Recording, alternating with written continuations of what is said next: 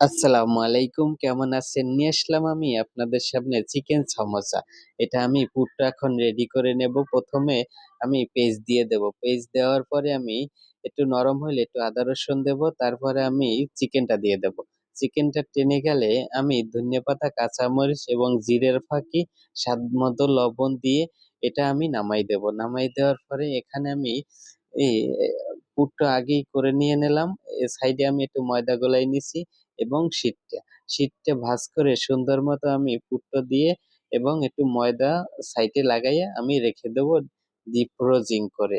এটা যে সময় প্রয়োজন হবে ওই সময় আমি বের করে ৩০ সেকেন্ড ওপেনে দিয়ে তারপরে এটা আমি গরম তেলে দিয়ে দেব। হয়ে যাবে আমার মজাদার সমোসা। যদি আপনাদের ভিডিও ভালো লাগে তাহলে লাইক, শেয়ার, কমেন্ট করবেন, ফলো দিয়ে পাশে থাকবেন। ১ম ভিডিওটা আপনার কাছে যাবে। আল্লাহ